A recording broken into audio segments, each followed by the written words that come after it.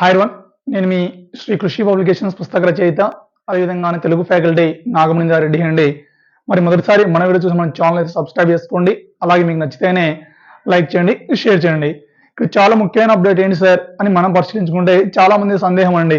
Sir ఇప్పటి వరకు డిఎస్సికి సంబంధించి మన ఆంధ్రప్రదేశ్లో ఎన్ని అప్లికేషన్స్ రావడం జరిగింది అంటూ చాలా మంది అడుగుతున్నారండి.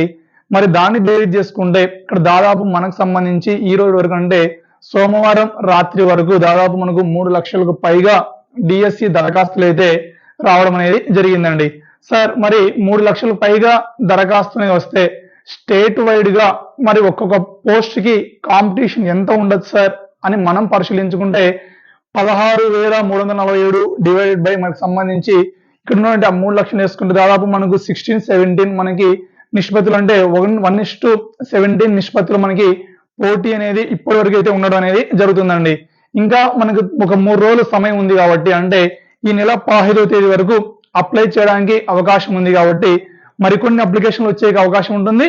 మరి పోటీ కూడా పెరిగేకి అవకాశం అనేది ఉంటుందమ్మా.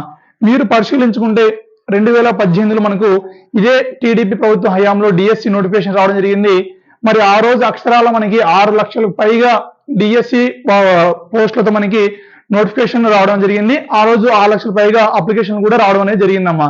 మరి ఇక్కడ పరిశీలించుకుంటే ఈ నోటిఫికేషన్ లో మరి అంతకంటే ఎక్కువ పోస్టులు అంటే దాదాపు 16,000 పైగా మరి ఉద్యోగాలు కల్పించినా కూడా మరి ఎందుకు సార్ 6 లక్షల పైగా మరి అప్లికేషన్ రాలేదు సార్ అని మనం పరిశీలించుకుంటే ఇక్కడ చాలా మంది టెట్ అనేది డిస్క్వాలిఫై అవ్వడం అండ్ ఇంకా ఏంటమ్మా అంటే ఫ్రెషర్స్ ఎవరైతే ఉన్నారో మరి వీళ్ళకి సంబంధించి 2023-24 ఈ బ్యాచ్ వాళ్ళకి ఈ డిఎస్సిలో అవకాశం కల్పించకపోవడం అండ్ ఇంకా ఏంటి సార్ అంటే వయో పరిమితిని పెంచకపోవడం అంటే ఈ కారణాల వల్ల మరి చాలా మంది డిఎస్సి అభ్యర్థులు అయితే దూరంగా ఉండిపోయారండి.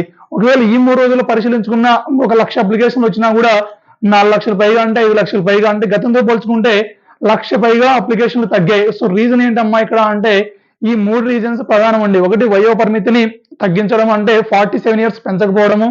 ఇంకా ఏంటమ్మా ఇక్కడ అంటే మరి టెట్ అభ్యర్థులు ఎవరైతే డిస్క్వాలిఫై అయ్యారో వాళ్ళకి ఇంకో టెట్ నిర్వహించుకోకుండా as our NCTE rule GO ప్రకారం 51 జియో ప్రకారం టెట్ నిర్వహించకపోవడం అండ్ ఇంకా ఏంటి సార్ ఇక్కడ అంటే ఫ్రెషర్స్ కి అవకాశం కల్పించకపోవడం వల్ల అప్లికేషన్లు అనేవి తగ్గాయండి.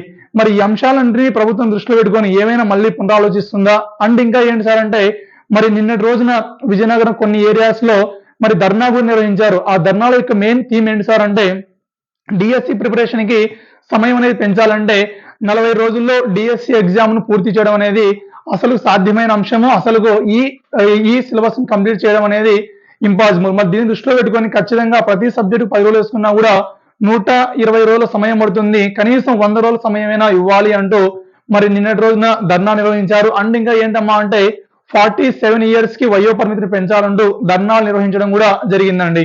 ఇక అనంతపురం జిల్లా పరిస్థితులు మాట్లాడితే అనంతపురం జిల్లాలో ఎస్జిటి పోస్టులు మొత్తం మనం పరిశీలించుకున్నా కూడా 202 పోస్టులు మాత్రమే మనకు చూపించమని జరిగిందండి.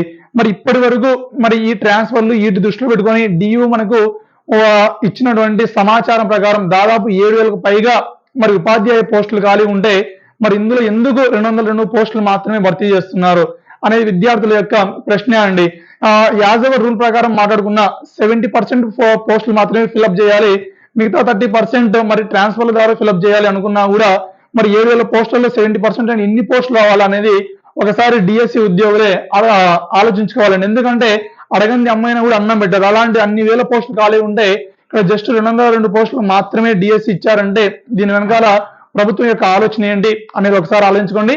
అండ్ ఇంకా ఏంటమ్మా అంటే ఎలక్షన్స్ ముందర మనకి మరి జియోను మరి రద్దు చేస్తామని చెప్పారు. మరి ఆ జియోను ఎటువంటి దాన్ని కూడా రద్దు చేయలేదండి. దీనివల్ల భవిష్యత్తులో మనకి పాఠశాలలు ఉంటాయా అనేది కూడా ప్రశ్నార్థకమే అండ్ భవిష్యత్తులో డిఎస్సి ఉంటుందా అనేది కూడా ప్రశ్నార్థకమే అండి. సో దీన్ని దృష్టిలో పెట్టుకొని అనంతపురం జిల్లా అభ్యర్థులు కూడా మనకి ఎక్కువ పోస్టులు ఉన్నాయి కానీ దాంట్లో వాళ్ళు ఒక 10% కూడా ఫిల్అప్ చేయకోకుండా ఎందుకు ఇలా దాచిపెట్టారు అనేది చాలా మంది డిఎస్సి నిరుద్యోగుల యొక్క ప్రశ్న అండి. సో ప్రతి ఒక్కటి ఏదైనా మనకు కావాలన్నా కూడా మన వాట్సాప్ గ్రూపుల్లోనో టెలిగ్రామ్ గ్రూపుల్లోనో మాట్లాడుకుంటే రాదండి. సో దీని ఏదైనా ప్రభుత్వానికి ఒక అఫీషియల్ గా వెళ్తేనే దానిపైన ప్రభుత్వం నిర్ణయం తీసుకోవడం జరుగుతుందండి. సో ఇది మనకు సంబంధించినటువంటి ముఖ్యమైన అప్డేట్స్ అమ్మా.